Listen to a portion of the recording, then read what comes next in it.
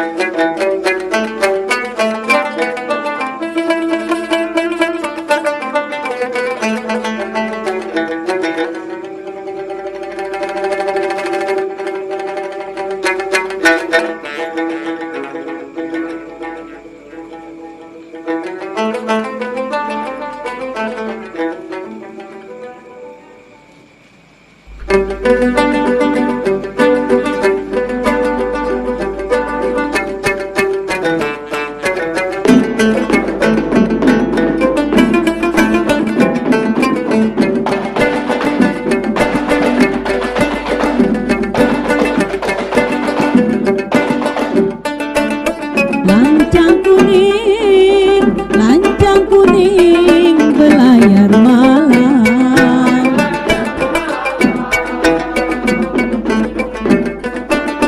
Lancang kuning belayar malam.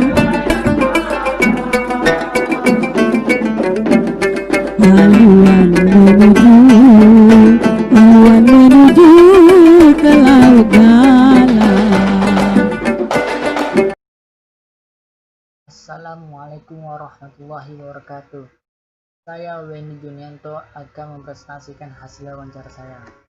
Tragedi konflik antar suku di Bagan Seropi tahun 1198. Di Indonesia memiliki berbagai macam suku, ras, dan agama sejak masa lampau, seperti pada masa Kerajaan Majapahit, yang dimana sudah hidup toleransi.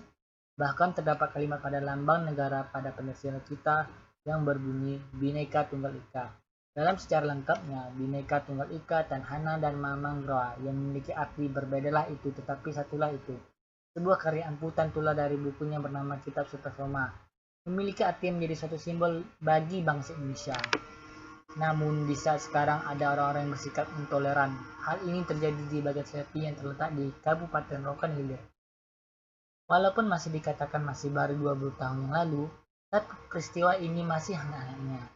Sayangnya, banyak orang-orang tidak mau mengenang peristiwa tersebut. Sudah beberapa narasumber saya wawancarai karena beralasan tidak tahu peristiwa tersebut. Padahal tragedi tersebut berada di depan rumahnya.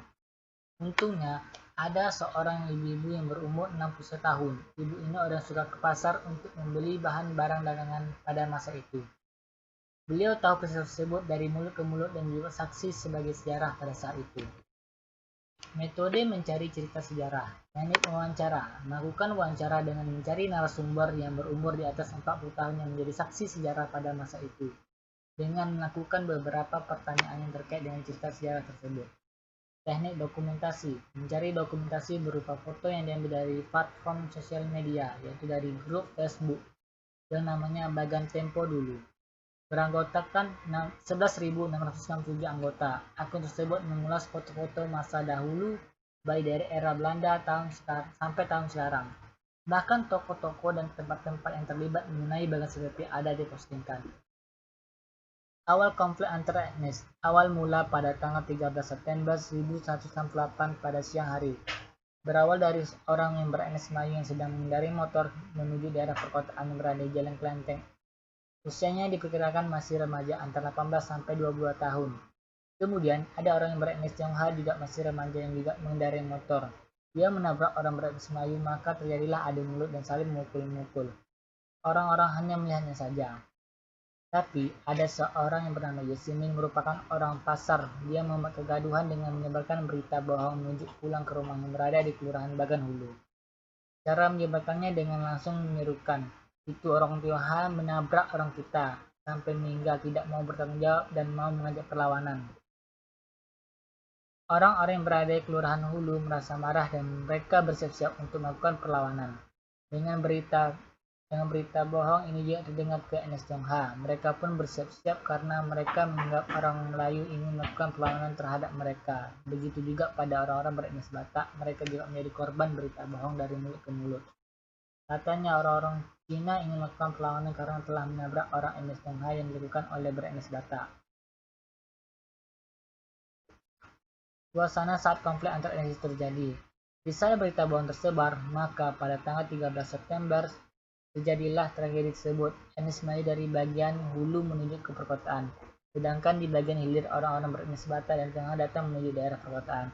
Mereka semua membawa senjata tajam dari mulai samurai, golok, belati, arit, tombak, bahkan pisau dapur pun turut menjadi persenjataan saat tragedi tersebut.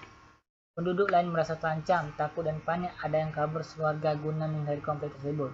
Di saat akan melakukan perlawanan, mereka dibubarkan oleh polisi dan TNI.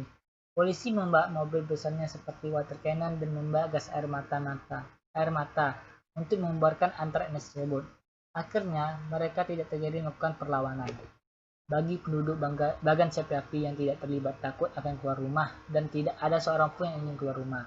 Bahkan orang-orang Tionghoa menutup rapat-rapat rumah mereka dengan memasang pintu berlapis-lapis dan mengunci sebanyak mungkin, dan juga antar etnis tersebut tidak melakukan perlawanan karena mereka sama-sama takut karena satu sama lain membawa senjata tajam. Misalnya, etnis Tionghoa takut terhadap etnis Melayu dan Batak. Begitu juga pada etnis Tionghoa dan Batak. Suasana di Bagan Sepiapi menjadi sunyi hening, baik siang maupun malam. Kesunyian tersebut selama seminggu. Di Bagan Sepiapi, bak kota mati. Akhir konflik antar etnis. Tragedi tersebut berlangsung selama seminggu dan tidak menimbulkan korban jiwa. Maka para polisi dan TNI melakukan perdamaian antar etnis tersebut dengan melakukan sebuah acara perdamaian di tengah kota Bagan Sepiapi di Jalan Klenteng di depan Pekong atau rumah ibadah etnis Tionghoa. Sebelum melakukan perdamaian, TNI dan polisi menyerukan kepada masyarakat dengan mengelilingi jalan yang ada di Bagan Sepiapi, mengajak masyarakat ikut hadir dalam perdamaian tersebut. Tiba hari acara perdamaian pada tanggal 20 September 1998, masyarakat berbondong-bondong mendatangi acara tersebut dengan berbagai etnis Melayu, Tionghoa, dan Batak bersatu dan berkumpul bersama. Acara tersebut dimulai dengan memotong seekor lembu atau sapi, kemudian dilanjutkan dengan tanda tangan serta mengakhiri konflik tersebut. Mereka bersukaria menikmati acara tersebut sambil makan bersama. Akhirnya tiada lagi konflik antar etnis dan sampai sekarang tidak ada lagi permasalahan tersebut. Bahkan orang-orang kan memeras cerita tersebut. Mereka pun tidak mau menceritakan kepada anak cucunya, takutnya menjadi dendam. Foto saat acara perdamaian di tengah kota Bagan Sepiapi 20 September 1968. Kesimpulan, berawal dari permasalahan kecil dan disebabkan berita kebohongan oleh seseorang menyebarluaskan isu-isu yang tidak pasti kebenarannya, sehingga menjadi tragedi yang memilukan pada tanggal 13 September 1968, membuat orang menjadi takut terhadap etnis lainnya. Maka pada tanggal 20 September 1968 merupakan hari di mana perdamaian antar etnis agar tidak menjadi bermusuhan lagi dan hidup damai secara berdampingan. Saran, masyarakat perlu meneliti dan waspada sebuah informasi dari seseorang, bahkan informasi tersebut mempunyai maksud jahat agar memecah belahkan kehidupan masyarakat. Provokator adalah sebab menjadi sebuah tragedi tersebut, dan masyarakat perlu meningkatkan toleransi antar etnis supaya selalu hidup rukun dan damai. Profil narasumber. Nama, Umi Kalsum, lahir di Bagan Sepiapi, tanggal lahir 2 Februari 1959, 61 tahun, Jalan Perwira, Kelurahan Bagang Ulu, pekerjaan ibu rumah tangga. Sekian hasil wawancara saya. Apabila ada kesalahan pengucapan dan kesalahan kata, wabillahi taufiq, wassalamualaikum warahmatullahi wabarakatuh.